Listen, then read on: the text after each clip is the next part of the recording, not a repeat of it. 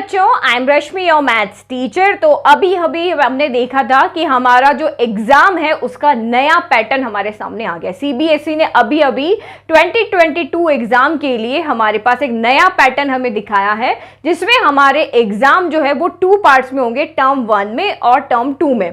तो उसी के लिए हमारी जो अनाउंसमेंट है उसके एडवांटेज क्या है, जो हमारे एग्जाम होंगे उसके एडवांटेज क्या है और डिसएडवांटेज क्या है, इस वीडियो में हम उसके बारे में बात करेंगे। तो सबसे पहले एडवांटेज देखते हैं। तो सबसे पहला एडवांटेज तो हमें यहाँ पे ये दिख रहा है कि हमारा जो सिलेबस है वो आधा हो गया है। पहली बात तो सिलेबस रिड्यूस हो गया है, और जो रिड्यूस हुआ है वो भी हमें एक साथ नहीं पढ़ना, उस सिलेबस को हमें हाफ पोर्शन में पढ़ना है। आधा पढ़ के पहले एग्जाम देना है और आधा पढ़ के हमें बाद में एग्जाम देना है। तो ये हमारे लिए सबसे बड़ा एडवांटेज है। हमारा जो सिलेबस है वो हमारा 2 पार्ट में डिवाइड हो गया, किसमें 50% पहले में आएगा और 50% हमारा बाद में आएगा। ठीक है, तो ये तो सबके लिए गुड न्यूज है कि एक बार में आधा पढ़ना है। अगर हमें नवंबर दिसंबर में एग्जाम देने तो अभी पढ़ने के लिए हमारे पास पूरे 5 महीने हैं। 5 महीने हम, जिसने अभी बिल्कुल भी नहीं पढ़ा ना, वो भी पूरा सिलेबस, अगर मानो कि आपके यहाँ पे 15 चैप्टर है, 15 में से मान लो अभी 8 चैप्टर अभी आते हैं, 7 चैप्टर बाद में आते हैं, तो क्या 5 महीने में 8 चैप्टर नहीं पढ़ सकते? आराम से पढ़ सकते हैं, रिवाइज कर सकते हैं।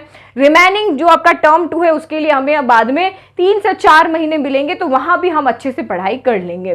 नाउ सेकेंड एडवांटेज यहाँ पे इसका यहाँ पे ये है कि यहाँ पे एग्जाम आपके 2 पार्ट में हो रहे हैं, टर्म 1 टर्म 2 में हो रहे हैं। अब मान लो किसी बच्चे का पहला वाला जो टर्म 1 वाला एग्जाम है, एमसीक्यू वाला जो एग्जाम है, वो अच्छा नहीं हुआ, कोई भी रीजन हो सकता है। अब अच्छा नहीं हुआ तो उसके पास अपने मार्क्स को अच्छा स्कोर करने के लिए दूसरा चांस है कि वो अपने मार्क्स अच्छे कर सकता है। वो दूसरे टर्म में, यानी दूसरा जो आपका एग्जाम होगा मार्च अप्रैल में, उसके लिए अच्छे से मेहनत करेगा तो उसका रिजल्ट वो अपना बहुत अच्छा सा कर सकता है। तो यहाँ पे हमें क्या मिल रहा है, एक अपने स्कोर को बढ़ाने के लिए हमें यहाँ पे सेकेंड चांस और मिल रहा है। ठीक है, अब जिसके दोनों अच्छे हो तो अच्छी बात है, लेकिन जिसका नहीं हुआ है पहला वाला अच्छा, तो उसको दूसरा चांस मिलेगा अपने स्कोर अच्छे बनाने के लिए।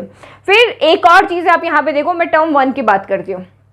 टर्म 1 आपका यहाँ पे एमसीक्यू की फॉर्म में आ रहा है। तो एमसीक्यू की फॉर्म में क्या होगा, आपको लंबे चौड़े आंसर तो लिखने नहीं है, जो ऑप्शन है वो आपको टिक कर देना है। ठीक है, अब आप यहाँ अच्छे से पढ़ के गए, नहीं गए, कुछ भी रीजन है, कुछ क्वेश्चंस ऐसे हैं जो आपको नहीं आ रहे हैं, तो आप वहां पे क्या कर दोगे, रैंडमली, मतलब पेपर छोड़ने के चांस बहुत कम है। आप रैंडमली वहां पे कोई भी उस पर टिक लगा करके आ जाओ। अगर 5-6 में से आपके 2-3 भी सही हो जाते हैं तो आपका वहां पर पे ये है कि पेपर नहीं छूटा। आपकी मम्मी ने पूछा बेटा कितने क्वेश्चंस करके आए हो, तो आप कहोगे मम्मा 100% क्वेश्चन हम पेपर अटेंड करके आए हैं।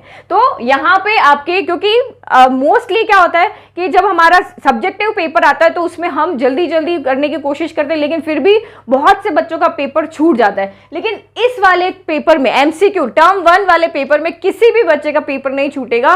लास्ट बेल भी बज गई तो बचे हुए क्वेश्चन में वो कुछ भी टिक करके अपने 100% क्वेश्चन को वो अटेंड कर लेगा। तो ये वाला आपका यहाँ पे क्या हो गया, हम यहाँ पे कंप्लीट पेपर को अटेंड कर सकते हैं, पूरा पेपर हम यहाँ पे सॉल्व कर सकते हैं। तो ये भी एक एडवांटेज है। ये जो आपका एमसीक्यू वाला जो पेपर होगा, इसमें आपकी अनबायस्ड चेकिंग होगी, यानी कि आपके जो आंसर्स होंगे वो बिल्कुल सही होंगे, राइट है तो राइट है, गलत है तो गलत है, बिल्कुल अनबायस्ड चेकिंग होगी और इजी उनको हम यहाँ पे चेक कर लेंगे। तो टीचर्स के लिए भी बहुत अच्छा है कि उनको हर एक स्टेप नहीं दिखना पड़ेगा, फटाफट से आपके यहाँ पे आंसर्स चेक हो जाएंगे। और कहीं पे भी आप ये नहीं कह सकते कि इस स्टेप में हमें नंबर नहीं मिला, वहां नहीं मिला, सही है तो सही है, गलत है तो गलत है। तो ये भी एक हमारा यहाँ पे एडवांटेज हो गया। तो इसको यहाँ पे हम लिख लेते हैं, या तो आपको 0 मिलेंगे या फिर आपको यहाँ पे फुल मार्क्स मिलेंगे। ये भी ठीक है कि जो क्वेश्चन आपने सही किया है वहां पे आपको फुल मार्क्स, यदि 2 नंबर का है, 4 नंबर का है, 3 नंबर का, 1 नंबर का, जैसा भी है उसके अकॉर्डिंग फुल मार्क्स मिल जाएंगे। गलत है तो आपको वहां पे 0 मिल जाएंगे। इजीली आप खुद भी पेपर देख करके और बाद में आकर के और अपना आंसर वहां पे चेक करके खुद अपने स्कोर यहाँ पे बता सकते हो।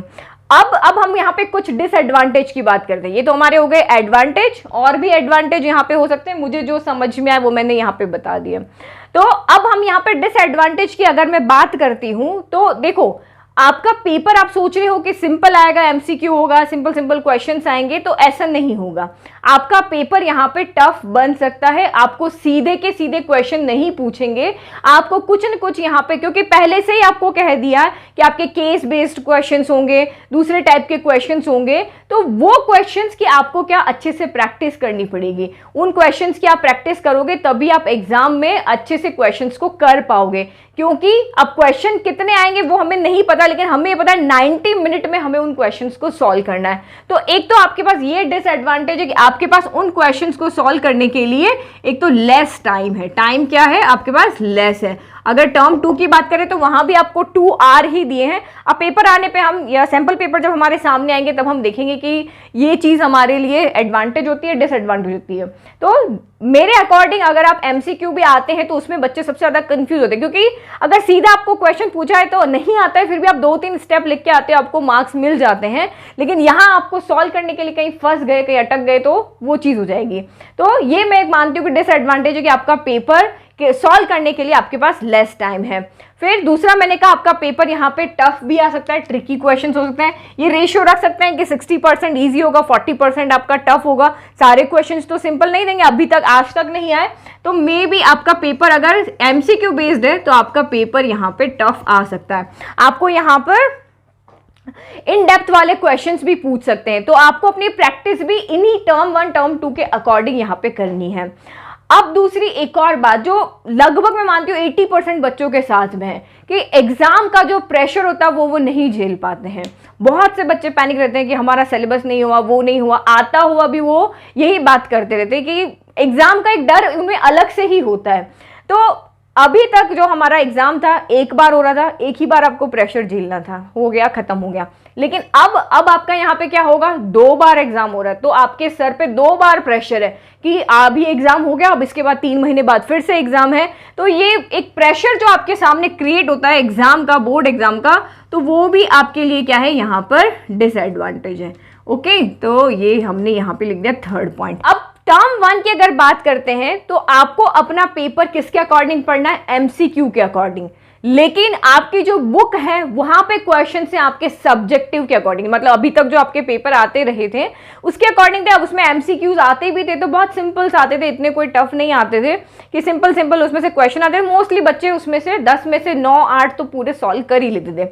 लेकिन जब पूरा पेपर ही आपका एमसीक्यू बेस्ड हो गया तो अब आपको प्रिपरेशन भी उसके अकॉर्डिंग करनी है। तो वो क्वेश्चन आप कैसे लेकर के आओगे? अगर आज आपको पता चल गया ये मेरा एग्जाम इस तरह से होना है, आज अगर अभी आप पढ़ने बैठोगे तो आपके सामने बुक कहाँ है वो पढ़ने के लिए? तो मेन प्रॉब्लम अभी हमारे पास ये आ रही है कि हम उन एमसीक्यूज क्वेश्चन की प्रैक्टिस कैसे करें पढ़ने के लिए। तो वही स्टैंडर्ड बुक जो है हमारी एनसीईआरटी की, बट वो सब्जेक्टिव बेस पे।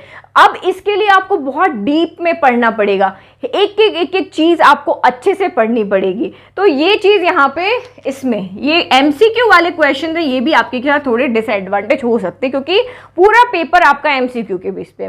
फिर एक आप यहाँ पे देखो, जब एमसीक्यू वाले क्वेश्चंस आते हैं एग्जाम के अंदर ना, तो ये पूरे वाइड सिलेबस को कवर करते हैं। जितने आपके यहाँ पर अगर मान लो 50 क्वेश्चन आ रहे हैं तो 50 क्वेश्चन 50 टॉपिक में से वो ले सकते हैं। जितने टॉपिक वहां पे बनते हैं बिल्कुल अंदर शॉर्ट फॉर्मूलाज, जो फॉर्मूलाज हमारे बुक में नहीं है, हम बीच बीच में कहीं क्वेश्चंस में देखते हैं जो थ्योरम्स हमारे पीछे बुक में यहाँ पे नहीं दी हुई, लेकिन बुक के बीच में जो क्वेश्चंस के यहाँ पे हम थ्योरम्स देखते हैं वहां से आपको क्वेश्चन पूछ सकते हैं। तो इन एमसीक्यू के लिए आपको बहुत डीप में डिटेल में जाकर के पढ़ना पड़ेगा, एवरी क्वेश्चन को आपको फील करके पढ़ना पड़ेगा, तभी आप इन एमसीक्यू क्वेश्चंस को यहां पर अटेंड कर पाओगे। तो जो बिल्कुल सही डायरेक्शन में पढ़ेगा उनके लिए टर्म 1 बिल्कुल भी टफ नहीं है, और जो यहाँ पे बिल्कुल बस पढ़ना है वैसे करके पढ़ेगा तो ये पेपर में आपके क्वेश्चन छूट जाएंगे। तो आपका पढ़ने का तरीका बिल्कुल उस तरीके से होना चाहिए जैसा आपका एग्जाम का पैटर्न है। तो अब उन्हीं क्वेश्चन को देख करके हर एक चीज शॉर्ट ट्रिक आपको वहां पे लिखनी है, शॉर्ट फॉर्मूलाज जो अंदर बन रहे हैं वो आपको यहाँ होने चाहिए, एवरी बेसिक टर्म आपको वहां पे पता होनी चाहिए। मीन्स आपको जो भी बुक के आगे हम इंट्रोडक्शन वीडियो बनाते हैं या इंट्रोडक्शन थ्योरी जो आपको बुक की दी होती है वो बिल्कुल आपके माइंड में होनी चाहिए, क्योंकि अब हमारे आ रहे हैं एमसीक्यू क्वेश्चन। 60% अगर इजी भी आ गए, 40% अगर आपके टफ आते हैं, तो आपको अगर अच्छा स्कोर करना है तो ये सब चीज आपके माइंड में होनी चाहिए। तो ये हो गए हमारे एडवांटेज और डिसएडवांटेज। अगर और भी कोई चीज आपके माइंड में आती है तो आप प्लीज कमेंट बॉक्स में कमेंट करो, और आगे आपको किस तरह के वीडियो चाहिए तो वो भी आप मुझे कमेंट बॉक्स में कमेंट करके बताओ। जल्दी ही हम क्लास 10th पे जो भी हमारे चैप्टर अभी सिलेबस एक बार हमारे सामने आ जाए कि टर्म 1 के लिए कौन से चैप्टर आने वाले हैं, तो उसके बाद में हम क्लास 10th के लिए उन एमसीक्यूज पे काम करना शुरू करते हैं कि हम ईच चैप्टर के एमसीक्यूज हो सके जितने, लगभग 100 क्वेश्चन मैं आपको बताती हूँ, ताकि जिस टॉपिक पे जितने एमसीक्यूज बन सकते हैं वो सारे क्वेश्चन मैं आपको बताऊंगी, ताकि आप इजीली एग्जाम में अच्छे से स्कोर कर सको। ठीक है, चलो, all the best, thank you.